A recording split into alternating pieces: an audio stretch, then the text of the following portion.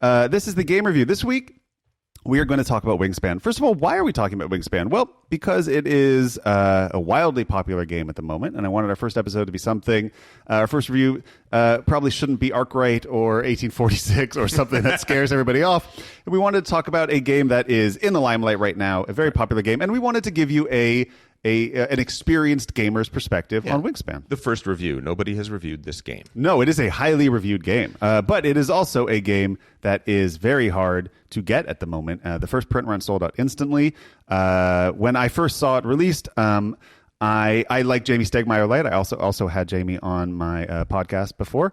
He owns Stegmaier Games, which you will know mostly for two great games, Viticulture and Scythe. Yep. Viticulture is a game we play often in our game group. It is a game that definitely gets the table. It's a great 6-player game. It scratches that itch of 6. Yeah. Scythe is not a game that gets often to our table. A few of our gamers don't like it. I actually do. I think I like it more than most, but I do agree that it is still on the long side for what it is, and it becomes a little bit of a king-making situation. You got your money out of it, though. We played a lot of it. And we played some more. I have not picked up the last 2 expansions because after doing some research, I did not feel they added much for me. One is a legacy campaign thing. That'll never come to our table. And the other just adds more ways of moving things around. Maybe interested in that because you do feel like you end up getting sort of locked into your section and sort of just fighting the person sitting next to you. But anyway, Stegmaier Games makes beautiful, wonderful games. And Wingspan, other than Viticulture, is probably my favorite thing they've done. So it's in the New York Times this week, and an article was written about the designer. Elizabeth Hargrave. It is her first game, and it is quite a debut. This is a wonderful article, by the way. If you just want to see an article that gets into the intricacies of game design. Yeah, Google New York Times Wingspan. An incredible article went up just last week, March 11th, actually. Well, so 2 weeks ago by the time you hear this.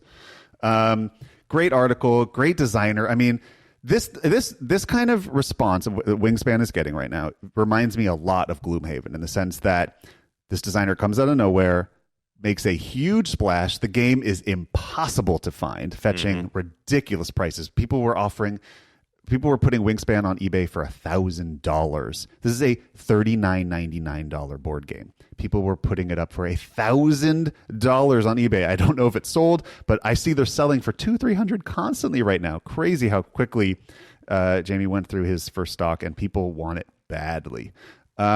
Let's say 3 things about games. There are games that have great art and great look to them. There are games that have amazing themes that you don't normally see games have, and then there are games that have awesome mechanics and are designed really well. I have to say, I think that even though Wingspan isn't at the center bullseye of what I love in games, it kind of hit all 3. It really is one of the most beautiful games I've ever seen. So let me just give you the quick stats. It is a 1 to 5 player engine building game, a tableau building game that is card driven. So much like Terraforming Mars, which people have compared this to a bit. You have a giant deck of, I believe it's 131 cards, and much like in Terraforming Mars, there is no duplicate cards in the deck. You have 131 unique cards. You are dealt a hand of 10 cards. From that, I think you go down to 7. Those are your 7 cards. Outside of that, you have a tableau of 3 cards for sale at any time, and you have in front of you a player board with 3 rows on it, I think grasslands, marsh, and forest, and you are playing cards. Certain cards can only go into certain places. Each card is a different bird with a beautiful piece of art of a different unique bird with some cool little facts about them. Audubon-style drawings. Yeah, gorgeous. And the birds can only go into certain habitats, and then from there you are trying to get points for having very valuable birds, for having birds that meet the different round end conditions. So some rounds reward birds with eggs on them, some rounds reward birds in certain habitats, and so you're sort of jockeying for position to see who has the most in those, scoring each round, sort of what's the other game that does that? Where Terraforming Mars or Gaia Project style, where you have different round conditions that are going to score points on. And the birds often give a little ability. So when you choose to do a marsh action, you get to do this one thing that every time you choose a marsh action, you get to do. But for every bird that you already have, that you've already basically taken pictures of. Essentially, this is ornithology. Right. In that area, you also get to do this and this and this. So Yeah. there is a little bit of an that's- engine build to it. And so that's the fun engine building aspect, is that instead of playing a bird into a habitat, you can activate that entire habitat and do every bird's power in a row, which is a similar mechanic to PAX Renaissance has, where you're doing all your east tableau or all your west tableau. Sure. And there's a very fun sort of, as the game ramps up, their turns get a bit longer because, well, now I'm going to activate my whole row, which then moves this, which then does this, and you get these awesome combos building. But this is one of my favorite things board games do, which is I'm given a hand of things that don't necessarily work together. I need to make lemonade out of lemons, and I need to do it better than anybody else at the table. And that is, to me, I think I'm realizing one of the things that pulls me into a game the most. Now, who is this game for is the real question. Is this game, which I think we're both agreeing is fantastic and worth checking out for any board gamer, is this the right game for our group? No, I don't think in general that it is. I'm really glad that you have it. It's the kind of game that I would love to borrow and I would love to take back. Or you could just buy a copy on eBay for about $800 right now if you want to. Or I could borrow it from you. or you just wait till Dimitri spills something on it and then I'll just give it to you. Then you just give it away. Exactly. Yeah. That's how we do it. Then I only get $300 on eBay for it. No, look, there is a need for gateway games. We have. This is a crunchy gateway too. I mean, in terms of gateways, this is a heavy gateway. It's pretty easy to understand. It is. The teach is 10 minutes. Yes, but you got to keep in mind, most people who are gateway gamers have never played with a hand of individual unique cards, which can feel a little overwhelming. Here's 7. Each card. What do you mean? This whole deck that's 6 inches high. But they're pretty. And look, I have a Well, sapsucker, and the sapsucker does this. And Yeah. the card that I started off with says that I'm looking for birds with the longest wingspan. And look, here's the wingspan of this bird, and it's really long. So I'm going to play this one. I would not recommend this game for people who have only played Cards Against Humanity. I would not bring this home for Christmas to teach your parents, most likely. But this is a great game for people who like Settlers of Catan or are looking for that next step up. This might become my go-to next step up game, where usually it was Castles of Burgundy was always my, do you like Catan? You've played maybe Ticket to Ride. Go get Castles of Burgundy. That's your next step. That's a pretty big jump for me. But I would say that for me, the gateway games that I bring out rather than Settlers are games like Splendor. Sure. Azul. Games like Azul. I would say Castles of Mad King Ludwig is another great gateway game because it's tactile. It's interesting to look at, and you get it. It's just an auction, and boom. Patchwork is also a great quick for two-player game. Yeah, absolutely. I would say also let's point out the theme. I have never seen this theme. No, it's beautiful. We love an original theme. And I'm telling you, I mean, just go Google Wingspan, look at the pictures right now. Like that little it looks wooden, it's actually cardboard bird feeder that's a dice roller, the most useless component of all time, but I wouldn't want the game without it. It serves no purpose. It's just a dice tower, but it is awesome. I'm really interested to see, because you and I have not played this together. Yeah. I'm interested to see where you're going to put your plastic orc in this game. I don't need to, because I just have so many beautiful wooden eggs, which honestly, I have a young child at home, and the minute I saw those eggs, I was like, I can't even bring this game home. Oh no, because they look like candy. Oh, they look dangerous. Pastel, tiny little Keep pastel those eggs. away from anybody who doesn't know that this is a game component, because literally I would eat them. Elizabeth Hargrave is supposedly working on an expansion for this game. I'm super excited for it. I'm in day one. I hope that I love she this will game. use the different colors of the eggs. The eggs are pastels, and they have all these different colors. There's no reason for them. The first thing I said was like, when we looked at it, we were like, well, they're definitely going to do something with the colors at one point. Yeah, absolutely. I listen.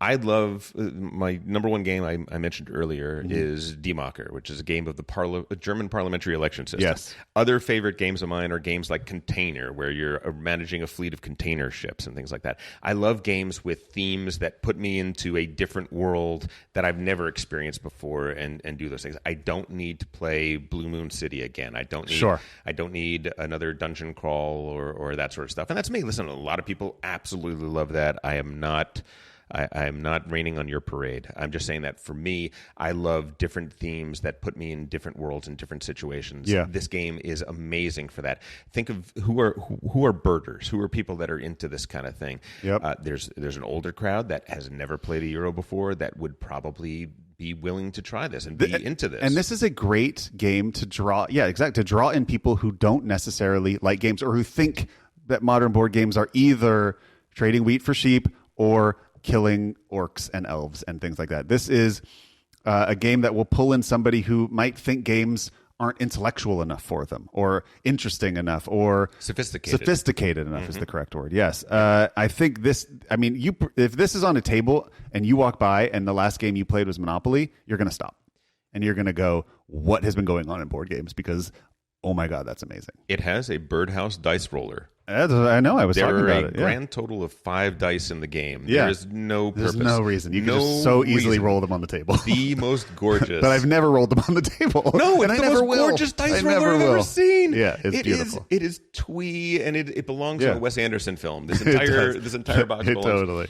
I will also say that I am really, really happy that Elizabeth Hargrave knocked it out of the park with her first design. Yeah. If we're talking about expanding the hobby, and that's kind of what we're talking about Yep. gateway games and getting more people into it, we need more female designers. There are amazing women designers.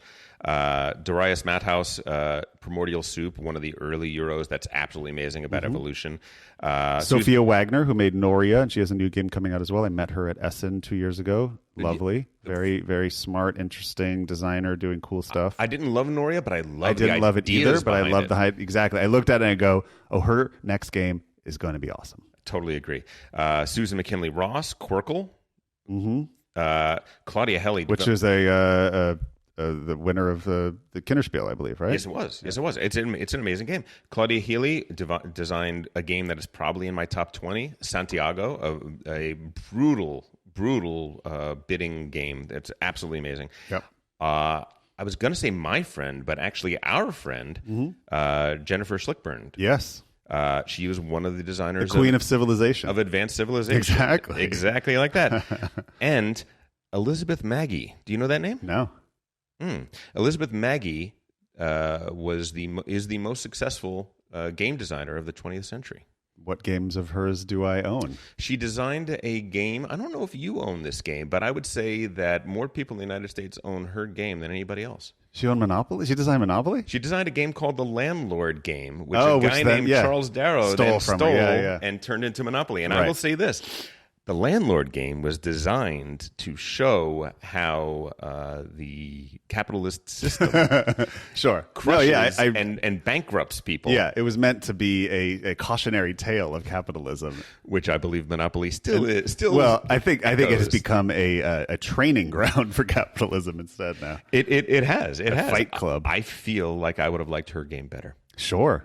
I'm sure you can buy one for $100,000 on eBay. Which I guess is just a way of saying that women designers have done amazing things for the hobby. I want to see more and more. She apparently, more of the stuff they turn out. Jamie Stegmaier put a blog post up I think it was yesterday, talking about how she just approached him at a convention and made an appointment to sit down and show. So at game conventions, if you're a designer, you can make an appointment with publishers and sit down and show them your game. She was Trey will be your guest host next week. Yeah, he's done that a lot. Yeah, exactly. But she just made an appointment with Jamie Stegmaier and sat down, demoed his game, and now it's probably going to be their biggest selling game. I think it will. Yeah. Yeah. I agree. It's amazing. Absolutely incredible. So look, this is the rare occasion where I'm giving a very positive review to a game while also saying we will probably never play it in our game group. Maybe once or twice, but I don't think it's going to be. I think this is a game I will play a lot with people that are not in my game group. I do think I will get a lot of use out of this. I, in fact, would like to get to the table. I just think most people in our group will just go, well, if we're going to spend an hour doing something, let's do something a little heavier. I think we could play it occasionally as a filler, but I do think that it is a game that I want to bring home. I want to, when my wife's friends come over and they're like, oh, let's play a game. Totally. Perfect I'm excited game. to play with Rachel. I think Rachel, that's my wife. I think Rachel would actually really enjoy it. Yeah, I totally agree. Yeah, actually, I set it up when I first got it, and I played a solo version of it. By the way, the solo version is fun. It's actually a totally worthwhile solo game. It's the Stegmaier has this little company that they work with that I think they almost they started for Scythe. It's called Automa, but it's a company that just makes solo games. That's all they do is you send them your game and they figure out how to make a solo version of it and package it in. And the one with Wingspan is actually really fun. I had it set up on my table and Rachel walked by and she sees me do this a lot with games and she walks right by them. She stopped for this one and was like, "What's going on with this game here?" And she was drawn in and she was, I was like, "I'll teach it to you." She's like, "Okay, I play this one." My wife would never, ever say that to me. She wouldn't even, she'd just flip the table over. She would know. Do something with your time. She'd walk by, she'd look at it, she'd want to say that. Yeah. But she would know. It would give you too much satisfaction. If I say that, it'll be 3 hours later. I will have a headache. Yeah, exactly. She knows better. And for a month, he'll be talking about, hey, remember you asked about that game? You love that game, right? It's your favorite game of all time, right? I want to show you this game. Yeah, you'd be in trouble. It's bad. So that is our review of Wingspan. Get it when you can get it. It's don't spend $1,000 on it. No. Wait till it comes out. Means go to your local. Call your local friendly local game store, your FLGS, and apparently it is coming to shelves in May, and a reprint in June or July if you want to pre-order from the online retailers. But call your local friendly game store, reserve a copy now, and you might be able to get it as soon as May.